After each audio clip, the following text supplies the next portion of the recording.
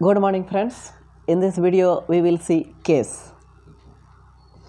Case के मुख्यतः तीन भेद हैं: nominative case, objective case, possessive case.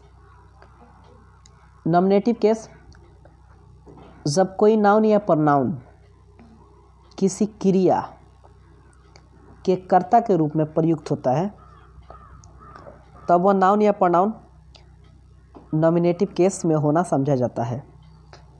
When a noun और प्रनाउन, जब कोई संज्ञा या सर्वनाम इज़ यूज्ड, प्रयोग किया जाता है एज द सब्जेक्ट, सब्जेक्ट के रूप में यानी कर्ता के रूप में, ऑफ अ वर्ब, किसी वर्ब का, किसी क्रिया का, इट इज सेड, कहा जाता है to be in the nominative case, nominative case में। उदाहरण के लिए देखते हैं, राम इज ईटिंग, तो यहाँ पे राम हो गया नॉमिनेटिव केस। काउज ईट ग्रास, तो यहाँ पे काउज हो गया। इस तरह ही रीड्स इन क्लास 6, तो ही हो गया। सब्जेक्ट जो होते हैं ना वही होते हैं नॉमिनेटिव केस। यहाँ राम, काउज और ही क्रमशः इज, ईटिंग, ईट और रीड्स क्रियाओं के सब्जेक्ट्स हैं, अतः राम, काउज और ही नॉमिनेटिव केस में हैं। इसके आगे है ऑब्जेक्टिव केस, जब कोई नाउन या प्रनाउन किसी वर्ब या प्रीपोजिशन के ऑब्जेक्ट के रूप में प्रयुक्त होता है तब वह नाउन या प्रनाउन ऑब्जेक्टिव केस में होना समझा जाता है। व्हेन अ नाउन और प्रनाउन, जब कोई संज्ञा या सर्वनाम इज यूज्ड, प्रयोग किया जाता है एज द ऑब्जेक्ट, क्रम के रूप में, ऑफ अ वर्ब, किसी क्रिया का, और प्रीपोजिशन या किसी संबंध बोधक का, संबंध बोधक अव्यय का, इट इज सेड, ऐसा कहा जाता है to be in the objective case, कि ये ऑब्जेक्टिव केस है। उदाहरण के लिए देखते हैं, ही ईट्स राइस, तो rice objective case. She loves me, तो me objective case. I am going to him, तो हिम ऑब्जेक्टिव केस। यहाँ राइस, मी और हिम क्रमशः वर्ब इट्स, वर्ब लव्स और प्रीपोजिशन टू के ऑब्जेक्ट्स के रूप में प्रयुक्त हुए हैं, अतः इन वाक्यों में राइस, मी और हिम ऑब्जेक्टिव केस में है। इसके आगे है पॉसेसिव केस, जब किसी नाउन या प्रनाउन के रूप से अधिकार या संबंध का भाव प्रकट होता है तब उक्त नाउन या प्रनाउन को पॉसेसिव केस में होना समझा जाता है।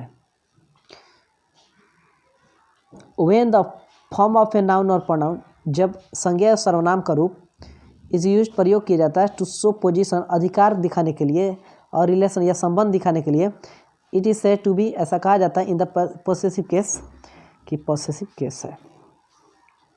एग्जाम्पल है इसके, दिस इज राम्स काऊ, तो यहाँ पे हो गया राम्स, राम की गाय या राम की गाय है, तो राम्स अधिकार की बात कर रहे हैं ना।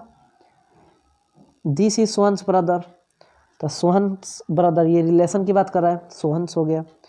फिर सी इज माई सिस्टर, तो माई यहाँ पे हो गया। दिस इज हिज कैट, तो हिज हो गया। यह राम्स, सोहन्स, माई और हिज से संबंध, अधिकार का भाव प्रकट होता है, अतः इन्हें पॉसेसिव केस में होना समझा जाएगा। नोट है एक, नाउन चाहे नॉमिनेटिव केस में रहे या ऑब्जेक्टिव केस में, उसका रूप बिल्कुल नहीं बदलता है, लेकिन पॉसेसिव केस में इसके रूप में परिवर्तन होते हैं। पहला नोट। दूसरा नोट, प्रोनाउंस के तीनों केसेस के रूप में भिन्नताएं होती है, जिसे इस सारणी से समझेंगे। प्रोनाउंस के जो तीनों फॉर्म अलग अलग। नॉमिनेटिव केस में प्रोनाउन क्या होता है, I, we, you, he, she, it, they हो गया, ये नॉमिनेटिव केस के प्रोनाउंस हैं।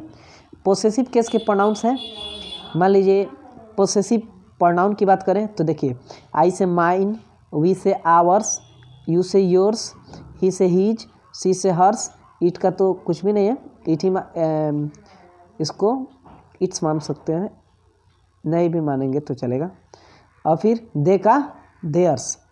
इसके आगे है अब पॉसेसिव केस में पॉसेसिव एडजेक्टिव की बात की जाए तो आई का माई, वी का आवर, यू का योर, ही का हीज, सी का हर, इट का इट्स, दे का देयर। अगर इसी प्रोनाउंस को हम ऑब्जेक्टिव केस मानते हैं तो आई का ऑब्जेक्टिव केस मी होता है, वी का अस होता है, यू का यू होता है, ही का हिम होता है, सी का हर होता है, इट का इट होता है, दे का देम होता है। और एक चीज़ यहाँ पे है, ईट का यहाँ पे कुछ भी नहीं होता है पॉसेसिव प्रोनाउन में। इसके एग्जाम्पल को देखते हैं। राम बीट्स श्याम, तो राम सब्जेक्ट है तो नॉमिनेटिव केस, और यहाँ पे श्याम ऑब्जेक्ट है तो ऑब्जेक्टिव केस। उसी तरह यहाँ पे मोहन्स फादर, मोहन के पिताजी, तो ये पोसेसिव केस हो गया, अधिकार की बात कर रहा है।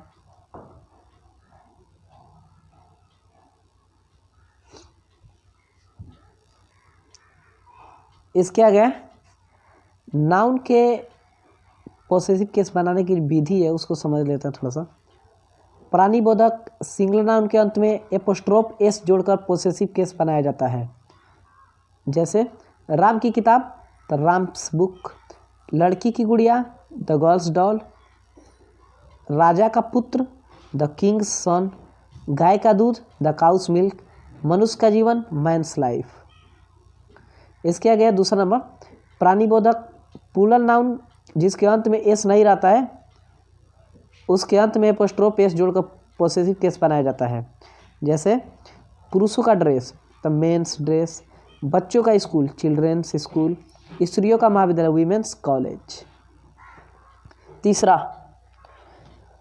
प्राणीबोधक प्लूरल नाउन जिसके अंत में एस रहता है, उसमें मात्र एपोस्ट्रोफ जोड़कर पोसेसिव केस बनाया जाता है। जैसे लड़कों का स्कूल, तो बॉयज ऑलरेडी है तो फिर एपोस्ट्रोफ जोड़ के स्कूल कर दिए। लड़कियों का ड्रेस, तो गर्ल्स है, एपोस्ट्रोफ जोड़ के ड्रेस कर दिए। विद्यार्थियों के नाम, तो स्टूडेंट्स है, फिर नेम्स कर देंगे। घोड़ों की पूँछ है तो हॉर्सेस है, एपोस्ट्रोफ कर लेंगे टेल्स। इसके आगे निर्जीव वस्तु के साथ संबंध सूचित करने के लिए साधारणतः ऑफ का प्रयोग किया जाता है, न कि एपोस्ट्रोफ एस का। जैसे स्कूल का नाम, the name of the school, न कि the schools name, the schools name गलत हो जाएगा। घर का दरवाज़ा, the door of the house, the house doors नहीं, डोर नहीं होगा। कुर्सी की टांग, the leg of the chair, ये करेक्ट है। द चेयर्स लेग, ये इनकरेक्ट है, ये भी इस साइड वाला इनकरेक्ट है। यहाँ पे कुएं का पानी, the water of the well, गांव की सड़कें, the roads of the village. Bihar की राजधानी, द कैपिटल ऑफ बिहार। गांव के लोग, the people of the village. वृक्ष की डाली, the branch of the tree. ध्यान दें, ऐसे फ्रेज में जब ऑफ प्रयुक्त रहता है तब प्रथम नाउन के पहले द का प्रयोग अनिवार्य होता है। यहाँ पे the name, the door, the dog, the water, the roads, the capital, the people, the branch.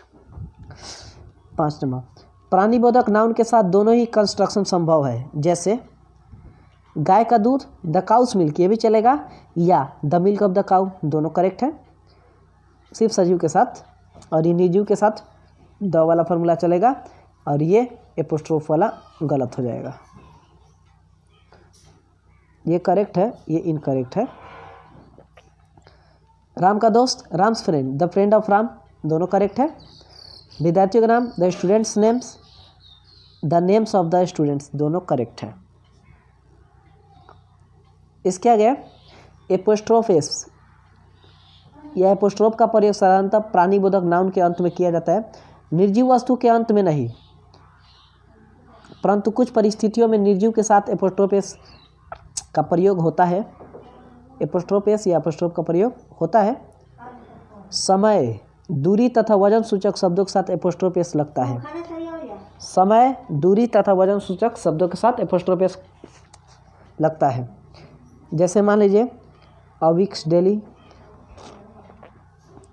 In a year's time, 5 days leave, 6 years experience, 6 years experience, a month's journey, a mile's length, a stone's throw, a foot's length, a pound's weight, 3 pounds weight, etc.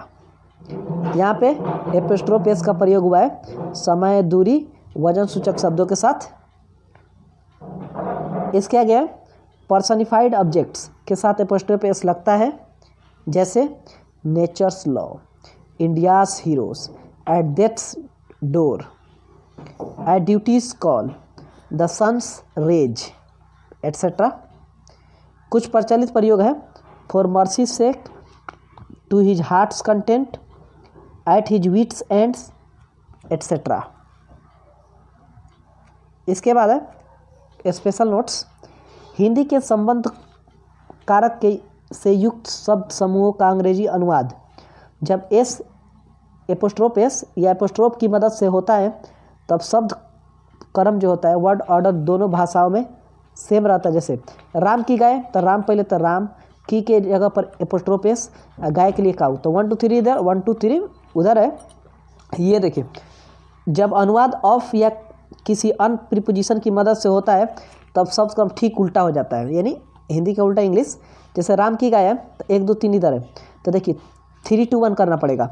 जैसे काऊ है तो गाय है तो the काऊ, की के जगह पर of, और फिर राम है तो राम, तो इधर से 1 2 3 हो जा रहा है, फिर इधर से 1 2 3, यानी ऑफ लगेगा तो फिर उल्टा हो जाएगा, लेकिन एपोस्ट्रोफ एस लगे तो सीधे सीधे जा रहा है। इसके आगे है,